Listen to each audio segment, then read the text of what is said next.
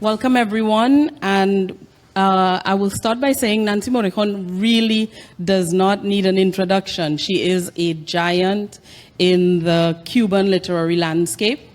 She is a critic and an essayist, and well, as the program that you have for the festival, for the NGC Bocas Lit Fest, indicates, she is the most internationally successful and widely translated, and we're going to get onto the topic of translation, Cuban poet of the post-revolutionary period. So Nancy was awarded the Cuban Premio de la Crítica for her text Piedra Pulida, and in 2001, the Cuban National Prize for Literature. If you don't know her work, and I think most people should, because many of her poems appear in secondary and also tertiary institutions, their syllabi, not just here in the Caribbean, but in the US also. So please join with me in welcoming Nancy Morejón.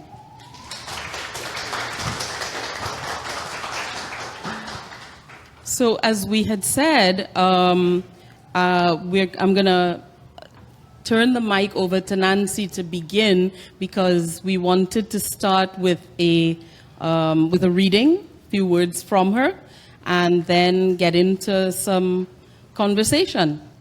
Okay, so Nancy. Hello, do you hear me? Okay, all of you are very welcome to this presentation. So I want to thank, first of all, Bocas Festival for allowing us to get together.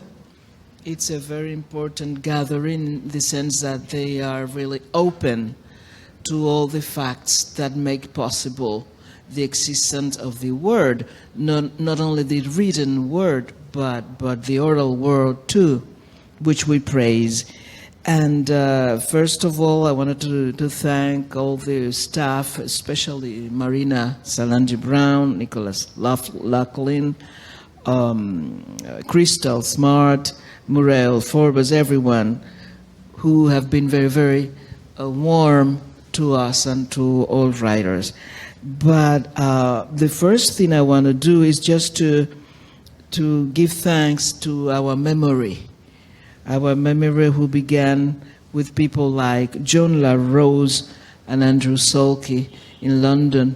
I was able to face this part of the world because of them, because of their visit to Havana, and especially for Solke to have written and published Havana Journal.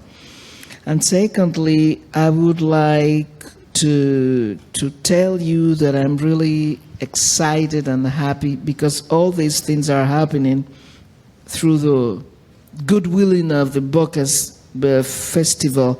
And I would like to thank Edward Bowe, who is a founder of this movement, and especially a very young female writer, Viviana Prado Núñez, who belongs to the diaspora of the Caribbean. She writes, of course, in English, but she has Spanish origins because of her mother and her family. They come from a Cuban background.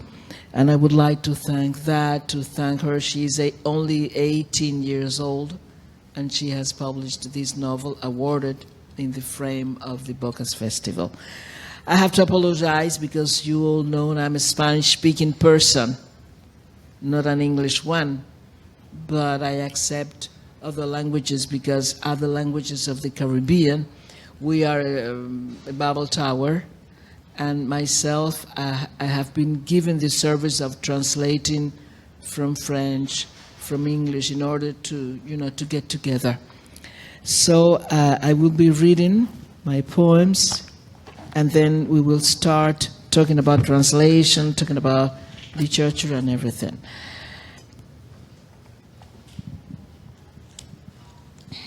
I will read my poems in Spanish for you to have an idea that I'm not an English-speaking person. Yes, she will read, my friend and sister, Nicole Roberts, she will be reading the translations, by Pam Carmel. Confusión. Fui al malecón a tomar un poco de aire. Las aguas de la bahía eran azules como para los ojos de un príncipe que nunca esperé. ¿O es que quizás estar tomando un poco de aire frente a la bahía supone que haya esperado yo o esté esperando ahora a ese príncipe azul, tan azul como el azul de las aguas del malecón? Tiembla mi cuerpo ante estas aguas confundidas que me separan de un príncipe descolorido o de una ciudad cuyas entrañas se alimentaron de estas aguas azules y de los arcos de esta ciudad amurallada y de sus fortalezas antiguas llenas de musgo y pátina, forjadas con un brillo más antiguo aún.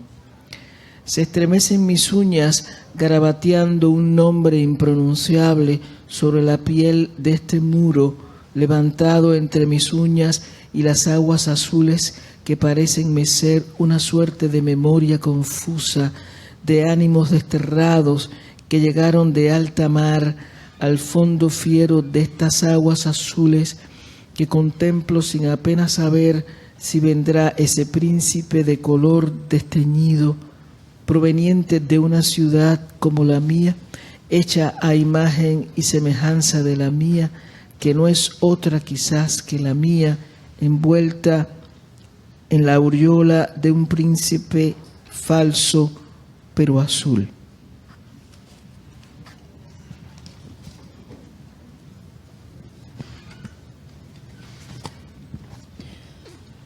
Confusion. I went to the Malecón for some fresh air. The waters of the bay were blue, like the eyes of a prince I'd never hoped for. Or could it be that getting some air by the bay presumed I'd hoped for, or even now hope for, that Prince charming as the blue waters of the Malecón? My body trembles before these confused waters that separate me from a faded prince, or from a city nourished to its core by these blue waters, and from the arches of this walled city, and from its ancient fortresses covered with moss and patina, forged with a brilliance older still. My nails quiver as they scrawl an unpronounceable name on the skin of this wall, erected by these same nails, and by the blue waters that seem to stir up a confused memory of outcast spirits who came across the high seas to the fierce depths of these blue waters that I gaze upon, not really knowing if that prince, his colors so faded, will come from a city like mine, a city made in the image and likeness of mine, that may be none other than my city, wrapped in the blue aura of a false but charming prince.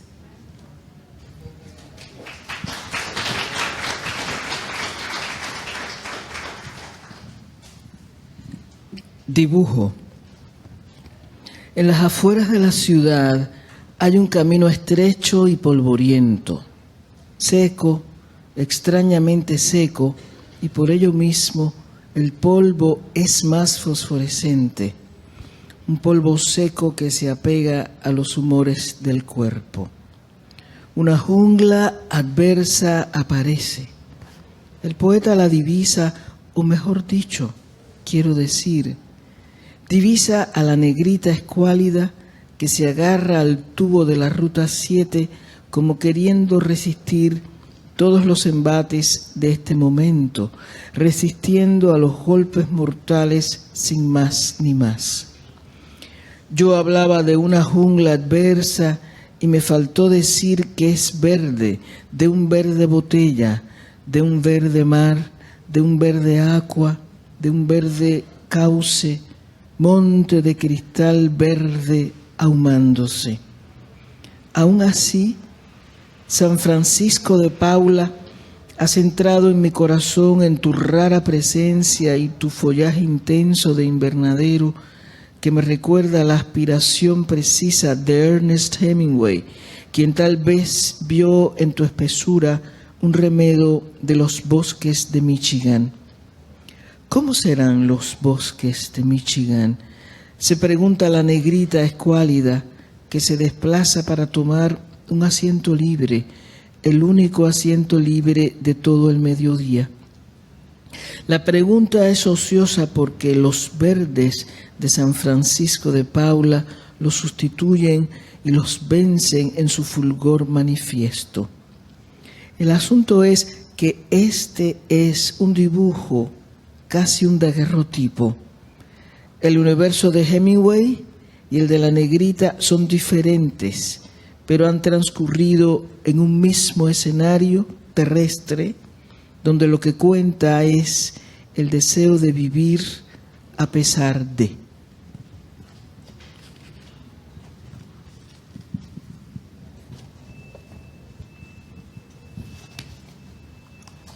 Okay, and this poem is Drawing.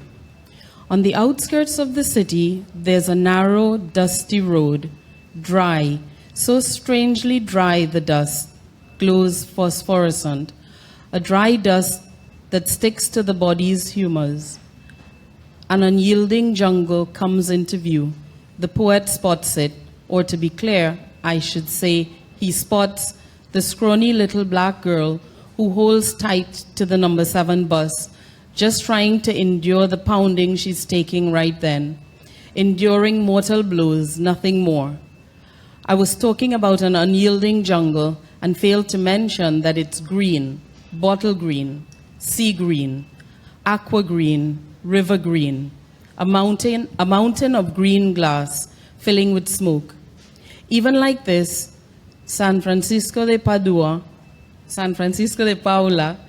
in your strange presence, you have entered my heart, and your deep hothouse foliage reminds me of Ernest Hemingway's clear aspirations. Perhaps he saw in your dense thicket a poor copy of the forests in Michigan. What must the forests in Michigan be like? The scrawny little girl asks herself as she scrambles to take an empty seat, the only empty seat all afternoon long.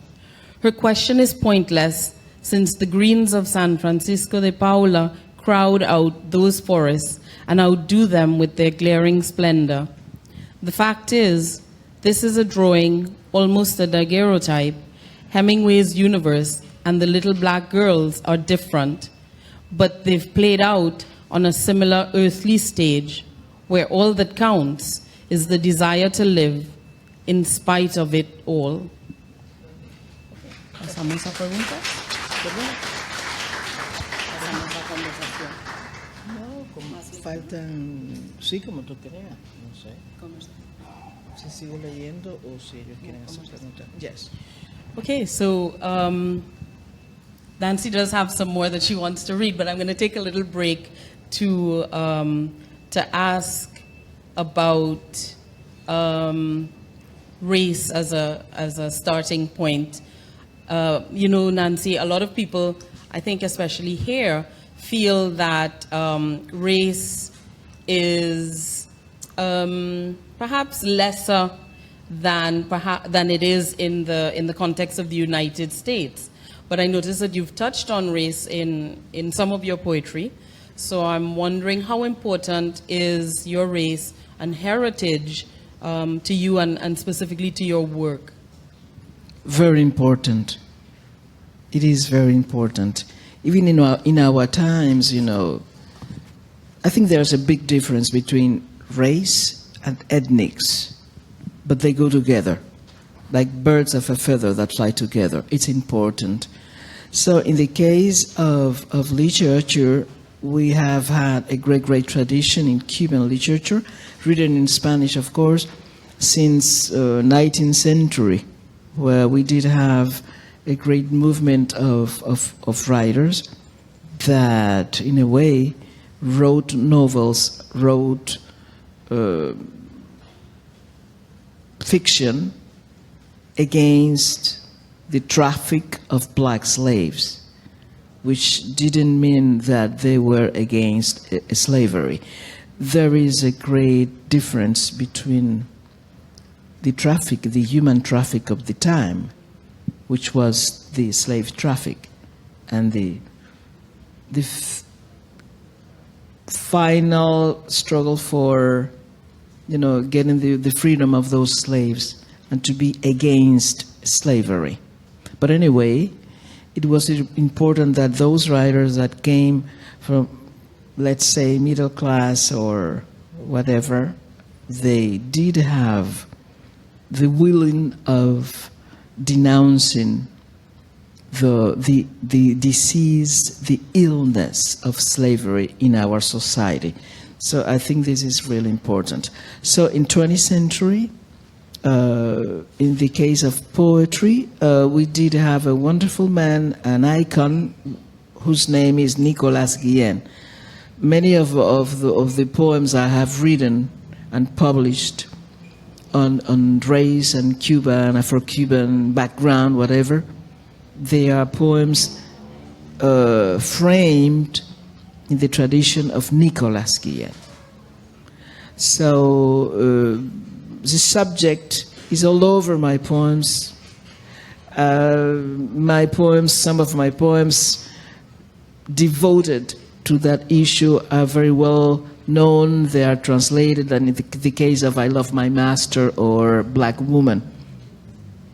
But I have written many other things, and there are new poems, and I wanted you to know, and I wanted to bring to the Bocas Festival a new perspective of these things. In the poem by Hemingway, Hemingway is very well known in our history, in our city, in the city of Havana, and there is like not exactly a stereotype, but there is a presence of a black girl, a skinny black girl, surrounding San Francisco de Paula, which was a place through which Hemingway and Mary Welsh, his wife, later on his widow, they settled down in San Francisco de Paula. And even today, we have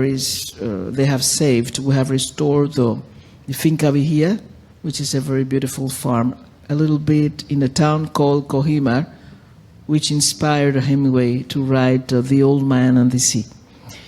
But there's another novel, a very important novel from the 40s, To Have or Have Not, which is really framed in the civil life of Havana during those years. There were many groups of shooters, people who were around the casinos, and this is a perspective that sometimes common readers don't know.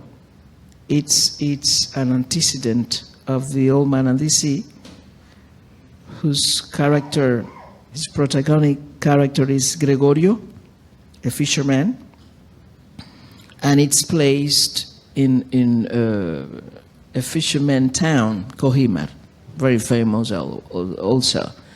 So there's a counterpoint between the little girl, the black little girl, and Hemingway. But what I'm saying is that there's a big difference, but they share their lives, same place, same period of time. Wonderful. And, I don't know how many people have quoted, but the Cine Lit program that's running alongside the Lit Fest, the Bocas Lit Fest, there is a film, Hello Hemingway, that sort of captures that idea. But I'm interested in the fact that you separated ethnicity and race. Yes. And the reason I say that is because, in the context of the Hispanic Caribbean, you don't often hear of that separation. And yet it's so important to how your identity, your Cuban identity is fashioned. Yes, because you can recognize yourself as a black person and at the same time be distant to the notion of Africa. This is, it is seldom acquired in the Spanish Caribbean. But in the case of the Francophones and the Anglophones, this is really clear In the case of the Francophone, this country was very, very in the avant-garde of that. At the times of the New World documents, and this generation that created this idea of, that's why I praise this festival. They were at the same time, recovering and replacing people like Cyril James. And I like that, because even in the history of an institution which is almost mine, Casa de las Americas, there was a huge time through which, although we received Cyril James, I met him personally. I'm not a young person, as you can see. We met in 1968. I met him. I met MSSR and met Michel Eris. All of them came to a congress in Havana. And this congress took place in 1968. So until the beginning of 21st century, it was possible to translate first, and then to publish the Black Jacobins, which was an enigmatic question, an enigmatic issue for us. Wherever we went, people used to say, well, because Cyril James praised Cuba, and they could not understand the fact that the Black Jacobins were not able to get into the catalog of any press, small or big, in the island. That's important. So I felt myself very comfortable and very satisfied for seeing that some parts of the festival are dedicated to the memory of Cyril James. Yeah. And so I'm wondering, to what extent then we can speak about a Black literature in Cuba, or can we not? I think anywhere, because if we speak about a Black literature, we are supposed to accept that there is a white one. First of all, I think that literature is linked to languages. So I always talk about the fact that Black people in Cuba, Black people in Dominican Republic, Black people everywhere in the Spanish world, we do speak Spanish, which is our mother tongue. But it doesn't mean that we are Spaniards. It's completely different. We are Cubans, or we are Puerto Ricans, or we are Dominicans, or we are Haitians, or whatever. But language and identity deals a lot, and they go together. In the case of some of the most studies program in many universities, many colleges, people, they don't talk about Black literature, they talk about Afro-American literature in Spanish or in English or in French, which is a little bit larger conception, because literature deals with words, and words are not abstractions. You can talk about them, you can have the oral tradition of a word and the written word in literature, but it means that you have a language. You cannot deny that. And all languages coexist, they live together, and they lend words one to another, and this is very important. For instance, in Cuba, we have a very important word for describing the Maquisards of 19th century who fought for Cuban independence. Many runaway slaves joined those armies. And the word we use is Mambi. What is the meaning of Mambi? A hero? But at the same time, it has Congo origins. It's not a Spanish word. So this shows, how delicate terms can be. Talking about identity, talking about the origin of someone. And that's, I think that's one of the tasks, not all the tasks of a writer. Okay. And I think we're going to bring you back to another or some more reading. Do you think so? You agree? Do you agree? I'm very Democrat, so I ask you. Well, let me see. As you can see, my poems have many things to do with the city. And the city is Havana. Havana is a legend. Havana is an icon of many things. Good and bad, of course. So this poem is a kind of reflection about geography and the role of a city like Havana and the Americas, because the term Americas was stolen by the people of the United States. Americas, all over our continent, we have several Americas, not only one. And sometimes in Europe, people think of America referred only to the US, which is not exactly true. Requiem para la mano izquierda. Sobre un mapa se pueden trazar todas las líneas horizontales, rectas, diagonales, desde el meridiano de Greenwich hasta el Golfo de México, que más o menos pertenece a nuestra idiosincrasia. También hay mapas grandes, grandes, grandes en la imaginación e infinitos globos terráqueos, Marta, pero hoy sospecho que sobre un mapa pequeñísimo, mínimo, dibujado en papel de libreta escolar, puede caber toda la historia, toda.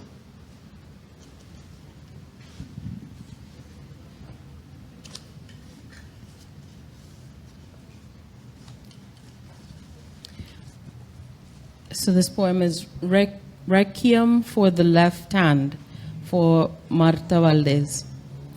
On a map, we can draw all the lines, horizontal, straight, diagonal, from the Greenwich Meridian to the Gulf of Mexico, that more or less comprise the quirks of our identity.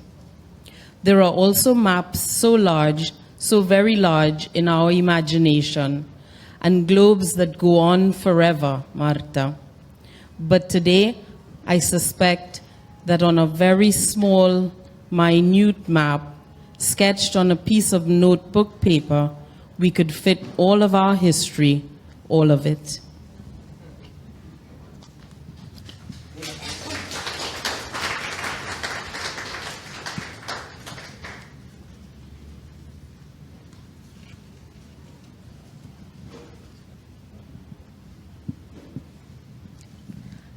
Preguntas para Wilfredo Lam. ¿Y quién vio a Lipó sentarse añorando sus algas de Cantón sobre las ruedas de la ciudad, posado así sobre el muro del malecón y sus madréporas? ¿Y quién presenció el aleteo de una paloma entre los dedos de Ma Antonica Wilson? ¿Y qué hay en la mirada de aquel taita cuyo cuerpo tapiza la proa de un velero innombrable sin una lluvia de azahares bajo la cruz del sur? ¿Quién los viera mejor sino tu pulso perfumado por estas islas de coral?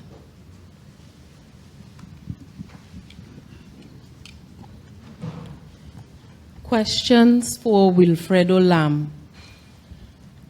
And who saw Lipo sitting there, pining for the seaweed of Canton, above the wheels of the city, perched there, atop the wall of the Malecon with its stony corals? And who witnessed the fluttering wings of a dove grasped by the fingers of Ma Antonica Wilson? And what's in the gaze of that far-off Taita, his body draped over the bow of an unnameable sailboat? A shower of orange blossoms under the Southern Cross? Who but you saw them so clearly, your pulse perfumed by these coral islands. May I make a comment? Of course, I hope you all know Wilfredo Lam, the Cuban painter, you know, that did have Chinese origins and African origins. And the poem is just raising questions to him according to his identity, because in Cuba there is a very important trend of Chinese cultures from Canton or from Macau, especially to the west. And personally, my mother did have those origins.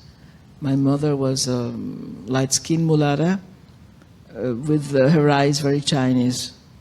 But in her memory, there was always an emptiness because she did not know from where she was coming, if she came from Macau or she came from Canton. What she knew was that she came from her family origins came from the coolies that were brought,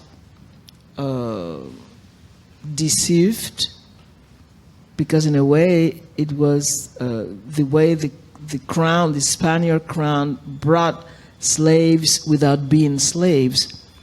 There were slaves disguised into free men and free women, which was not true.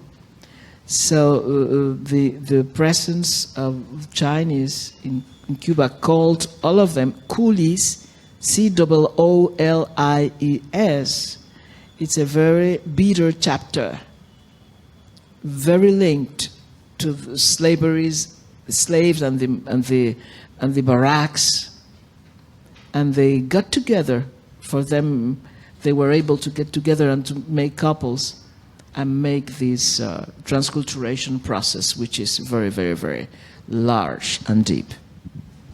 Okay, I wasn't exactly sure of how many people would have known with Wilfredo Lam or his work, and but it's interesting the explanation that you give around that period of time and their acceptance. And it brings us to the question of translation quite smoothly, actually. I'm thinking about translation in terms of its necessity for our understanding a true pan-Caribbean identity, and how necessary translation is to you in terms of your work. Well, translation is like nourishment. When I went to the university, which was in the early 60s, we did open there a faculty for foreign languages, which meant Romance languages. So we were educated in the respect of the other, and in the respect of languages, and in the respect of identities, and in the respect of literatures. There is not only one literature, there are several. In the case of the Caribbean, it's a great truth. We speak here metropolitan spoken languages, of course, from France or Belgium or Spain or Great Britain, whatever. We have discovered just in the middle of the 20th century the existence of the Creoles. Okay, but Creoles, like in the case of the Dutch Caribbean, it's a Creole called papiamento, which comes from Spanish, Portuguese, very specially. And I would like to remember here a very important letter that Miguel de Unamuno, the great Spanish writer, who was a member of the so-called 1898 generation, he knew Federico Garcia Lorca, of course, and Federico Garcia Lorca, in his way to New York or whatever, he met and he knew Nicolas Guillen, and he praised his work, and he told that to Unamuno. So when Guillen publishes his second book, Songo Roko Songo, in 1931, he receives this letter from Miguel de Unamuno praising the oral tradition of Spanish language in the Americas. And the example Unamuno gives in this letter of 1932, the book was published in 1931, but the letter is in 1932, he praises papiamento, and at the time he confessed that he was studying papiamento. So it was a very avant-garde attitude, a very rich perception of cultural diversity at that time, 1932, first part of 20th century. So I say these things because these things I think should be known in the Caribbean, in the English Caribbean or in the French Caribbean. That the Dutch and Caribbean, which is sometimes very far away for us because of linguistics, in 1932, Unamuno was studying papiamento. Why not ourselves, actually? Yeah, and you know, and I have to bring that to the Anglophone Caribbean because I think for us in Trinidad, many people feel that there's this special link or this special relationship with Cuba. I guess I would use the word sort of like a brotherhood. They really feel a connection with Cuba. I'm wondering, in terms of Cubans, how do they see the rest of the Caribbean, and specifically in literature, you know, whether works manage to cross that linguistic divide? You're talking sense. Let me tell you. Let me tell you that Cuba is an identity which actually has a diaspora, yes. But Cubans are very tight to their identity. And we can recognize each other in the street or wherever, in London or in New York. So the point of language is very, very, very important, very important. The whole the history of the Caribbean that we rediscovered, not because of Christopher Columbus, not exactly because of him, but for the recognition of our neighborhood. Our neighborhood was Caribbean. And I wrote some chronicles after my visit to St. Lucia 2 years ago and to Trinidad. And I've said in those chronicles that the geography, the territories of those islands are very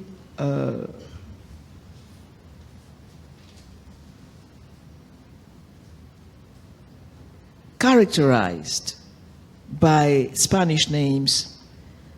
Someone could answer, why is this?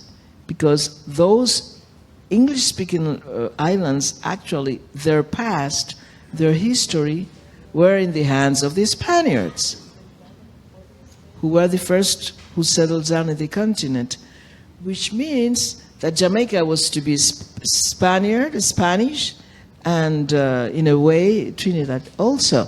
And if you take a walk, I was talking in my chronicle about the names, those names in the case of Jamaica that I love so much. There is Ocho Rios. How can you say that Ocho Rios is an English name? It is not. They are Anglophone, but they are also Sabana la Mar, many other words that deal with their geography. That is the trace of Spanish. It's like that. There's no possibility of reflecting about that. It's like that. You may say that, and someone sometime, someplace told me, well, California is the same thing. So yes, because in a way it's the same history. All important cities in the West, okay, in California, they are Spanish. Los Angeles, San Diego, San Francisco, they are not English. Why is this? Or there is a big avenue called Fray Junipero Serra. So you are shocked because of that.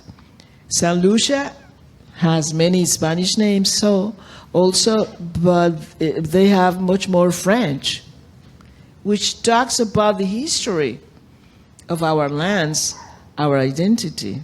We were Spanish, then we started to be British, and then French. It's a very special game of this Babel Tower. We're not guilty. You don't have to feel guilty because of it, because of that. In the case of the Spanish Caribbean, is the only case, I think, where the mother tongue is Spanish and we don't talk a Creole. I'm always saying that, except for the Haitians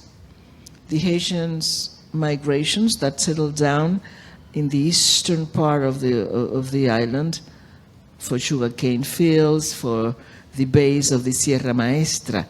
But the Creole they speak is the Haitian Creole, the patois. They used to call that popularly patois. So all these things for us are so important. And translation, I'm coming back to our focus. I've learned French just to let Cuban readers how was a poem by Jacques Roumain, a poem by a Haitian author, or a Jamaican. And in Casa de las Americas, we have a huge catalog, from Roger Mize to our friends, maybe Caroline Cooper will remember that. Betty Wilson, Elizabeth Wilson, and her sister Pam Mordecai, who published a beautiful anthology of women writers called Her True Name. And so it was so important for us and to accept that. There was Spanish, there was English, there was French, and of course some Creole. So, cool. So I asked Nancy to choose one of her many poems that she would want to share with you. And I'm going to ask you to read that I will poem read now. that for finishing, and you'll be able to raise questions, to make comments, to disagree, to agree. Feel free for that. Okay, so I will be finishing my reading, this presentation, reading that poem.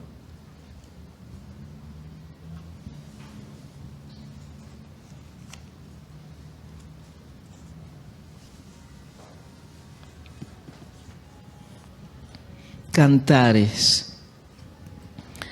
Desde el cantar de los cantares, muchos quisieron confinar la poesía, pero el cantar de los cantares y el ulular de las jirafas en la jungla la salvaban, la acariciaban, la traían suavemente de la mano hasta depositarla en el segundo más fugaz de hoy. Buscando la verdad, la poesía fue creando la más antigua errancia y vagó sola durante muchos siglos, por los siglos de los siglos, desde el cantar de los cantares. Nadie la pudo contener, ninguno pudo hacerla suya, nadie siquiera logró domesticarla, ninguna la pudo interceptar, solo el pájaro azul de la mañana.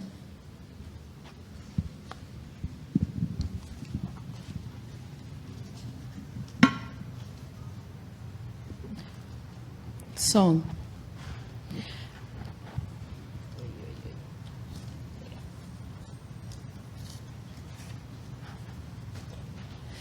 Ever since the Song of Songs, many have tried to lock poetry away. But the Song of Songs and the ululating of giraffes in the jungle saved her, caressed her, led her gently by the hand, then nestled her in the most fleeting second of today. Searching for the truth, poetry was forging the oldest nomadic path, and she wandered alone for many centuries, century after century, ever since the Song of Songs. No one could hold her back, no man could make her his, no one even found a way to tame her, no woman could waylay her, just the bluebird in the morning. Thank you very much.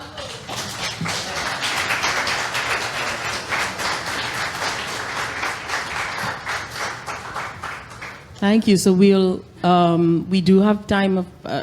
Nancy specifically wanted to make time for any comments or any questions that you might have. So we'll open it up to the audience.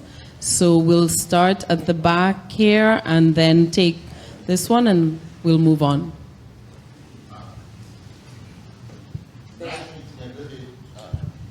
Good day. Nice meeting you. It's an honor to meet a live Cuban poet.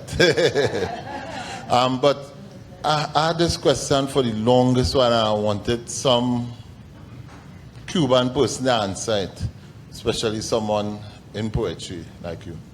Because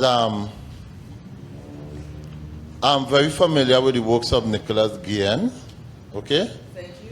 Right, Man Making Words and Your Tango and so on and so forth, you know?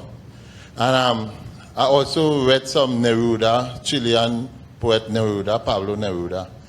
And somewhere along the line I gathered that there was some bad blood or some kind of problem between the two. I don't know if you could comment on that. Yes. Thanks. No, thanks for reading Guillen and thanks for reading Neruda.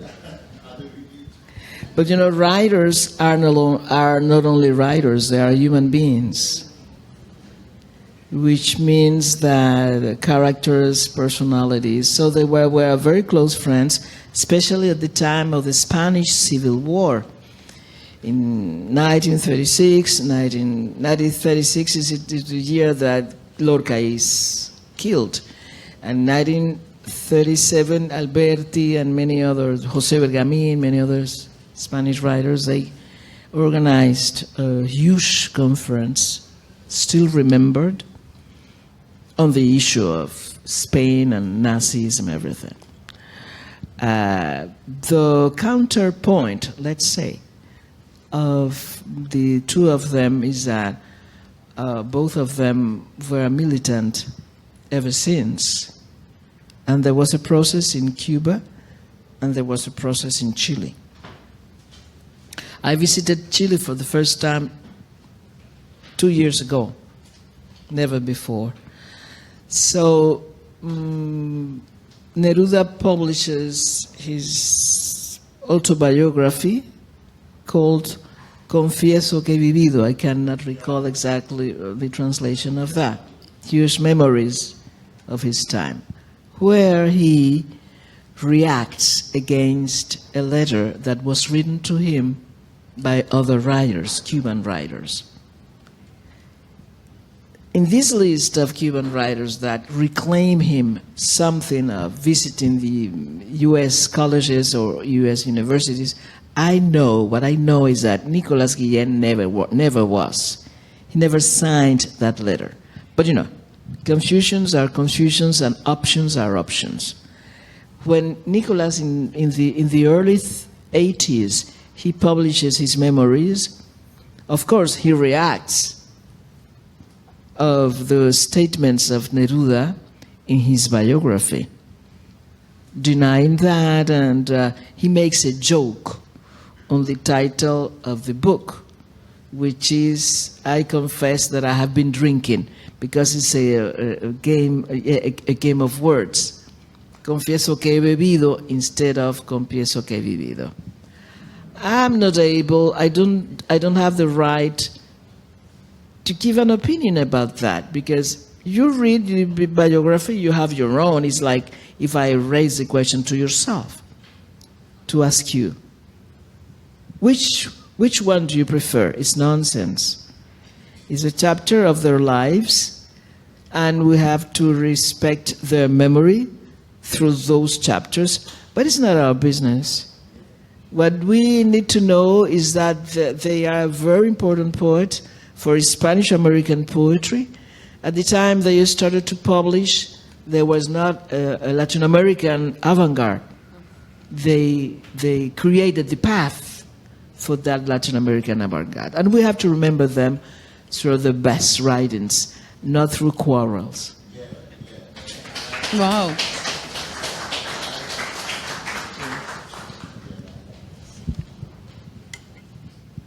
Right at the front. Hello, Ms. Morejón. Continuing the discussion in terms of translation, you seem to have a very good command of English.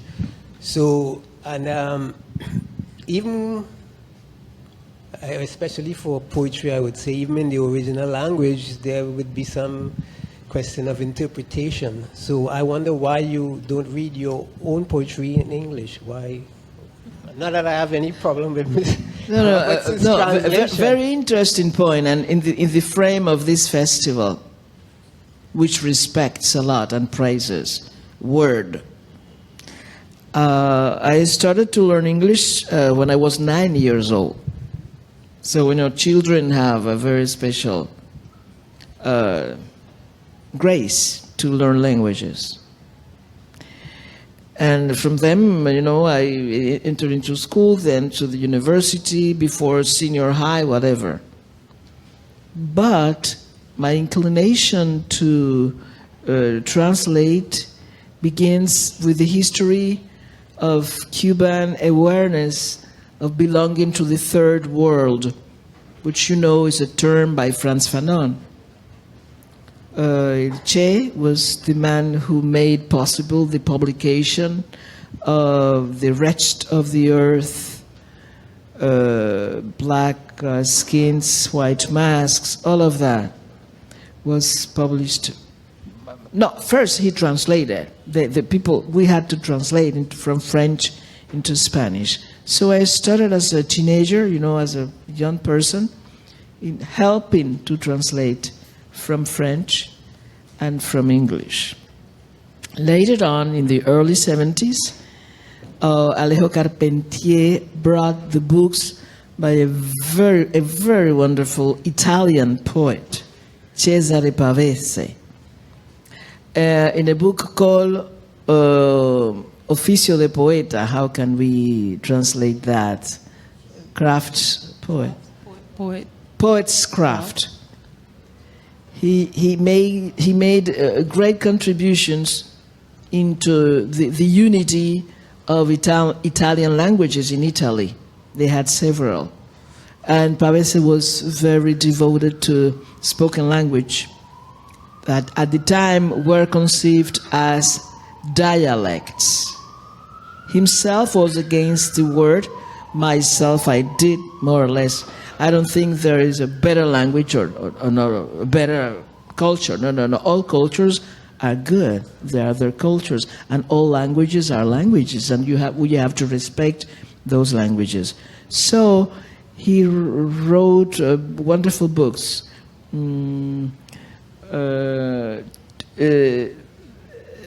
Work is tiring is more or less a translation of his very first book, very wonderful. But this book about translating, he translated a lot all the great American writers from the U.S. Sherwood Anderson, Fitzgerald, all the Beat Generation, the so-called Beat Generation. He didn't translate Faulkner, for instance, but he did a great job in terms of translations, and he opened a gaze from the U.S. and to the models and the structures of novels, translating to Italian language those authors I'm talking about. So there he has many ideas about translations that I loved and through which I've learned to respect other literatures. Whichever, from Europe or even Russian that I don't know. I don't know a bit about, except 2 or 3 words. But, or German, I've studied German also. I studied Portuguese. So there was this behavior, this goodwilling of respecting all cultures and all languages. And I think that we are here, you're an audience, brought to this space just to praise that condition. And I think this is magic. And we do have to learn more and more about the fact that everybody has the right to express himself or herself through the mother tongue, wherever it is. And there is no a better language than another. I think that we have to understand each other. We have to live in coexistence. And translators are needed. Otherwise, we shouldn't have the idea that we have from the old Greeks and Romans with no translators. The translators of the Odyssey and the Iliad. We have to praise them. Otherwise, we wouldn't have the idea of the feeling of the old times, the very old times. So I'm satisfied of coming into this frame because I knew that they were praising words, oral or written, but words, and that is what matters.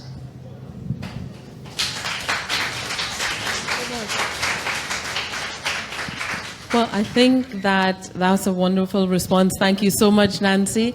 It just remains to thank you for being here, and please join with me once again in thanking Nancy Morejón.